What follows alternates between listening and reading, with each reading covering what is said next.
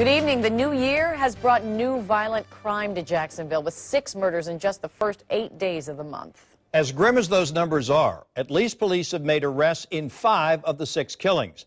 By Channel 4's count, last year the sheriff's office investigated 115 homicides. 94 of those were murders. And right now, more than half of those murders, 49, remain unsolved. Channel 4's Adrian Moore has been digging deeper and is joining us now live from downtown with what our crime and safety expert says is the key to making arrests. Adrian? Tom and Mary, our crime and safety expert Ken Jefferson says the first thing investigators look at in a murder investigation is who the victim was closest to, and more often than not, the common denominator is a loved one or possibly even a family member. And he says the killer always leaves something behind at the crime scene. You have 2 priorities: get the bad guy and get them prosecuted for the victims.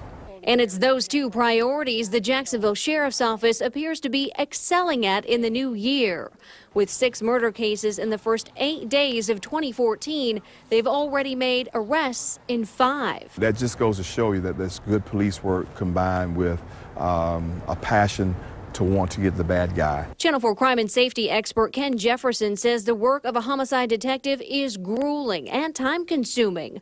Work that includes an inside and outside perimeter and countless hours of combing over evidence, circumstances, and motive. They really have to go in and recreate the whole scene just like it was prior to the incident happening, and then it makes sense. That way they can explain it when they go into a court of law. Those first to face a Jacksonville judge in 2014 include 45-year-old Michael Day, charged in the botched murder-suicide of his girlfriend Kendra Nagy.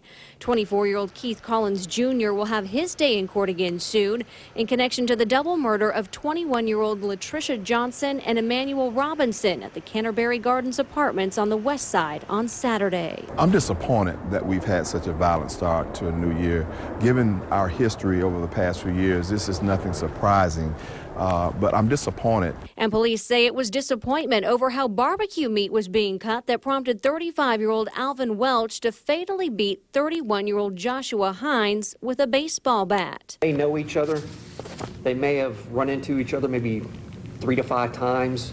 They had mutual friends in common. With 20-year-old Todrick Lee in custody for allegedly shooting his girlfriend and killing her father, the lone murder that remains unsolved is the apparent drive-by shooting death of 25-year-old Juan Shanks. Pretty difficult to essentially work backwards. Yeah, you're essentially working backwards. It can be somewhat challenging at times.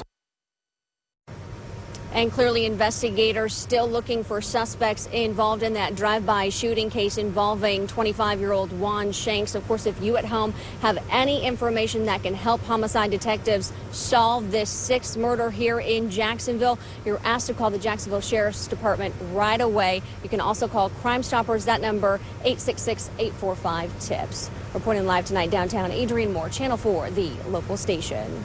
Adrian, any word whether police suspect that drive-by shooting could be gang or drug-related? Tom, at this point, investigators haven't really discussed that. They say they're still very early on in the stages of this ongoing investigation. They say right now their main focus is tracking down anyone who may have known this 25-year-old victim and, of course, any witnesses. Tom. Adrian Moore reporting live from downtown.